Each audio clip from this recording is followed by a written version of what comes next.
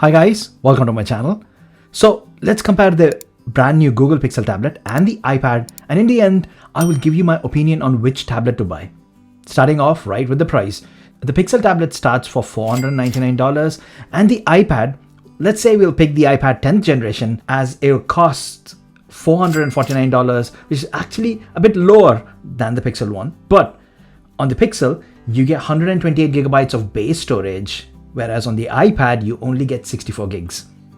The Pixel tablet also includes a useful speaker dock for the price. Apple, on the other hand, includes a 20-watt USB-C charger in the box. Now, if you bump up the storage to 256 gigabytes on both these tablets, then the cost is same at $599. However, on the iPad, you get the option to choose cellular connectivity for additional cost, but Google Pixel tablet doesn't offer that option at all. Also, a bit more on the pricing, guys. Here in the UK, the Pixel costs £600, which is closer to what the M1 iPad Air costs. Now, the M1 iPad Air in comparison is a much more powerful tablet with useful ecosystem of. We'll discuss more later in this video about this. Next, the build quality. Both the iPad and the Pixel feel super premium and very well built.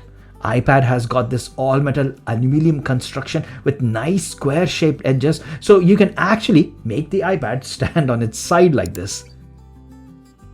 Compared to the Pixel. The Pixel adopts a more curved design, and if you aren't told, then you'd sure mistake this back for plastic, as Google uses soft touch covering at the back, even though this tablet is built full of metal. But amazing feeling, guys. Both the tablets feel really premium. Next, the most important feature, that huge display. The iPad follows its traditional screen aspect ratio, which gives this perfect book-like dimensions, which makes the iPad feel perfect when using it in portrait mode. But when you use it in landscape mode, you get slightly bigger black borders when watching content. Now, Google Pixel has got smaller borders when you view content in landscape orientation, as it adopts widescreen dimensions, which also means that in portrait orientation, when you're web browsing or using apps, they look a bit squashed. Both the screens are of similar size at 10.9 inches and similar resolution at 2.5K with 500 nits of peak brightness. The Google Pixel gets a laminated screen, whereas the iPad 10 doesn't, but that really doesn't make a huge difference, as you hardly notice it unless you look for it. Also, for the UK price, you're comparing it with the M1 iPad Air, and with that one, it's the same. It does get laminated screen along with anti-fingerprint resistant coating. But yes, both the displays on the iPad 10 and the Pixel are amazing with bright colors, deep blacks, and watching content on both these tablets is pure joy. Coming to the touchscreen responsiveness, guys, I have to be honest here, the iPad certainly has an edge over the Pixel tablet. Don't get me wrong, both are 60Hz displays, but the Google Pixel seems to stutter and lag a bit more, and side by side comparing it with the iPad, it is noticeable. I think it's really down to the optimization of the operating system and the capability of the processor under the hood. See, the iPad 10 already uses a 3-year-old processor in the form of A14 Bionic, and the Google Pixel has got the Tensor G2 chip, which was just launched this year. And the performance doesn't come close. It is also evident in benchmark scores. Again, in the UK, guys, if you put this against the M1 iPad Air, it will simply obliterate the Tensor G2 chip. I know it's sad, especially when such a big company like Google is making their own silicon. Probably it just needs a few more years to catch up. Gaming is also okay on the Pixel tablet for non-resource intensive gaming. If you try to play games like Genshin Impact, you can see how this tablet suffers. The graphics are absolutely awful and pixelated, like they belong to the 64-bit gaming era. Taken aback to see this. However, games like Call of Duty Mobile played fine and things were pretty smooth. On the iPads, you really don't see this issue. The graphical capability of the iPads are far superior in comparison. Next, let's check the speakers. Now, the Pixel tablet has got quad speaker setup, and the sound is pretty flat with no bass at all. Plus, it also gets a bit distorted at higher volume levels. Here, listen to this.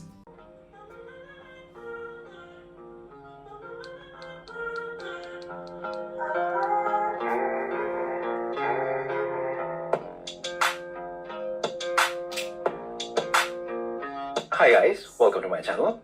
So the iPad Air 5, the iPad that occupies the perfect middle ground on Apple's iPad family, has just got the most interesting update, which was totally unexpected. And then the same on the iPad 10.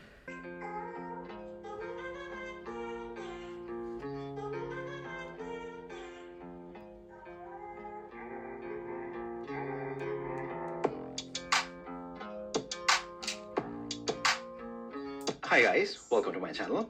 So the iPad Air 5, the iPad that occupies the perfect middle ground on Apple's iPad family, has just got the most interesting update, which was totally unexpected.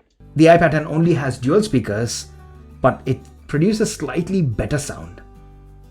However, things do improve on the Pixel when you connect it to the speaker dock, which is included in the box, and the sound is pretty decent and can easily fill a medium-sized room.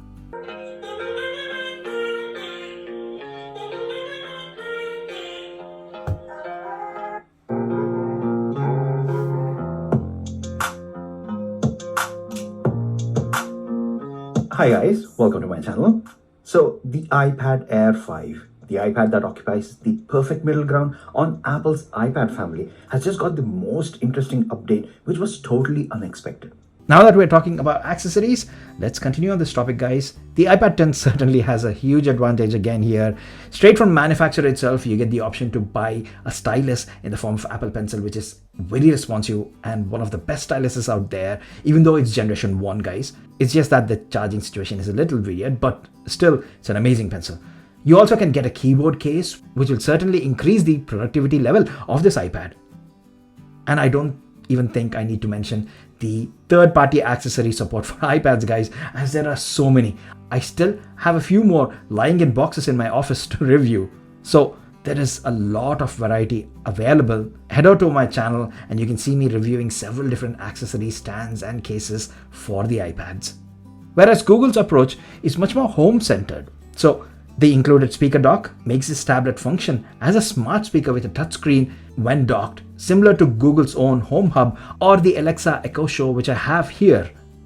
And then there is a stand case offered as an accessory directly by Google, but that's it. There is no stylus or keyboard cases or any other accessories to help with productivity, especially for students. Yes, you can get third-party styluses which do work on the Pixel tablet. However, there is no support directly from Google. Next, let's briefly talk about cameras. Well, at least the one that matters, the front camera. The Pixel has got an 8 million pixel front camera with 84 degrees field of view. The iPad again has an edge on this as it's got a 12 million pixels ultra wide camera with 122 degrees field of view, meaning it supports Apple's center stage functionality. So the camera pans and moves along with you to keep you in the center of the frame. Rear cameras. On the Pixel, again, it's basic at 8 million pixels and the iPad gets 12 million pixels sensor. Both are totally fine for a tablet. However, the iPad again gets the edge as it supports 4K video recording up to 60 FPS, whereas on the Pixel, it just caps out at 1080p, that too at 30 FPS. Next, here's the microphone test. First on the Pixel. I am talking directly into the Pixel tablet, and this is how the quality of the inbuilt microphones is. And then on the iPad. I'm talking directly into the iPad, and this is how the quality of the microphones is. Next, let's talk operating system. The iPad OS is one of the best tablet operating systems out there with its plethora of features and multitasking capabilities. It makes the iPads very versatile, from very useful widgets onto the home screen to multitasking extreme.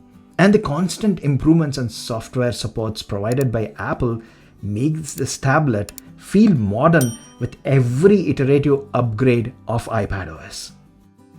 Google, on the other hand, is using Android 13 here, which is nice, clean, and aesthetic. Navigation and gestures are very similar to iPadOS with subtle differences. Multitasking is quite simple, but it's also basic and it only allows 2 apps side by side. Google is promising 5 years of software updates on this tablet, which is pretty decent. Which brings us to app support. Now guys, at this point, it really goes without saying, the apps on iPads are very well defined for bigger screen sizes, and there are plenty of really useful ones, right from simple social media apps to streaming apps to pro apps which help with productivity. there are plenty of choice here for whatever your needs are, and they're all designed for the bigger screen and not just mobile apps ported onto the tablet. Coming to the Pixel, not so much. What can I say? I am surprised that even popular ones like Twitter doesn't have an app designed for bigger screens. Most of them are mobile apps enlarged for the big screen, and pro apps like Procreate or DaVinci Resolve are not even available for the Pixel tablet. However, LumaFusion did make its entry on Android store. So Google and Android tablets need to gain a lot more popularity in order for us to see better app support. Hopefully, with the slew of new Android tablets, we might see improvements in the coming years. Authentication wise, both have fingerprint scanners built into the power button and both work fine. However, on the iPad, it is slightly easier to access it as it is on a flat square surface and the button is also bigger. On the Google Pixel tablet, the button is slightly small and it's located to the curved edge, which makes it a bit awkward to get to. Ports wise, USB-C port on both, so easy to connect external drives and easy to charge as well. Finally, battery life. Both the tablets, and you get the same type of performance on either of them. So that concludes the comparison. In conclusion, buy the Pixel tablet if you're after a content consumption device and you're already within the Android ecosystem. But if you're after a tablet which you want to use more than just for content consumption, you want to use it for studies or productivity or video and photo editing, the iPad is the way to go for. Even though if you're in the Android ecosystem, I'd still recommend get an iPad if your requirements are that.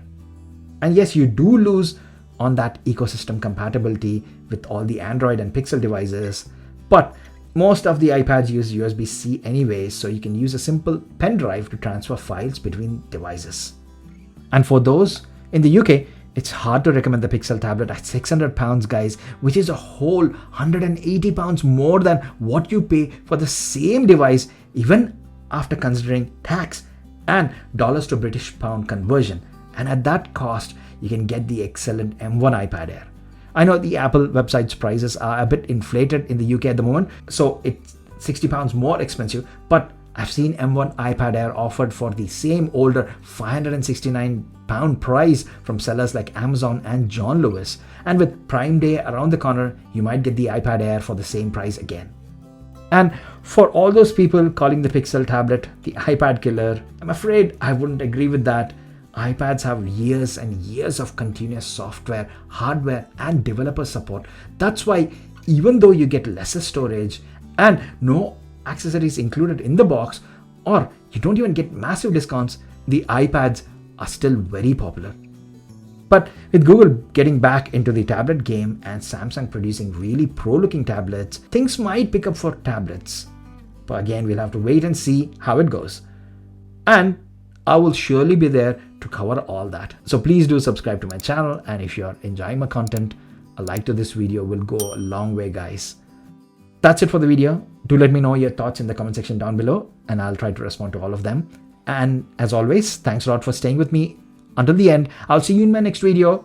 Bye for now.